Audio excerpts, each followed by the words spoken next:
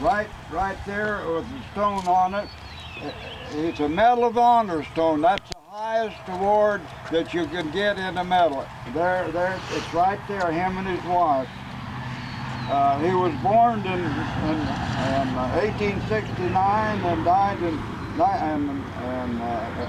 was born in 1957 and he died in 1988. And his wife is there beside him. She's 2 years younger. He got the award in the Spanish-American War at Guantanamo Bay in Cuba. They had a misunderstanding and the American ships couldn't go in the harbor, and they put out some big ocean mines in there, so if a ship, if you bump into them, it'd explode and it would knock a hole in the ship and the ship would sink. So they had a disturbance with Spain. It was Guantanamo Bay, Cuba, where the trouble was.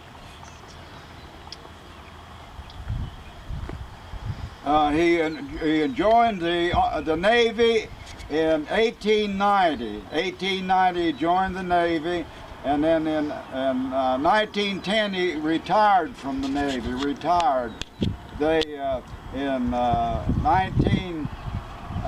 1898 he got the Medal of Honor in Guantanamo Bay with some other members on a boat.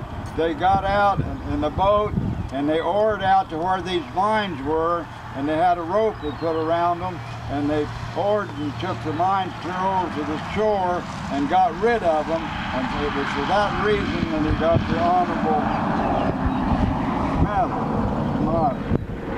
And to get the medal, I used to take some high school kids down to his house. He lived from the Methodist Church a block north of the Methodist Church and 2 blocks east on the south side of the street. But when he came back here with his parents in 1870, they undoubtedly came in a covered wagon, because when I moved to Edna in 1925, there were still covered wagons coming from east clear back here. He was a year old when he come down to Ripon. His dad had a farm, got a homestead at a farm down there, and he lived down there. And his dad farmed, and he had a little store, and they had a post office down there. His dad took care of the post office. So but when he joined the Navy in 1890, then he was at sea, and they said he went around the world 2 or 3 times in the Navy. But in 98, when they had this trouble in Cuba, he was down there, and that's where he got the award. Danny Carrico helped me carry that stone out there, him and David. I don't know whether I called and asked him to help me, or he just happened to be on the street in Edna, and like big-hearted everybody in Edna are, they'll help you. But to get the stone, I went up to Parsons, and I went to they had a regimental headquarters up there, and they said they'd help me get it. Said, all you got to do is get the permission from the cemetery that you got a place to put it, and that you'll put it there at no expense to the government. No expense.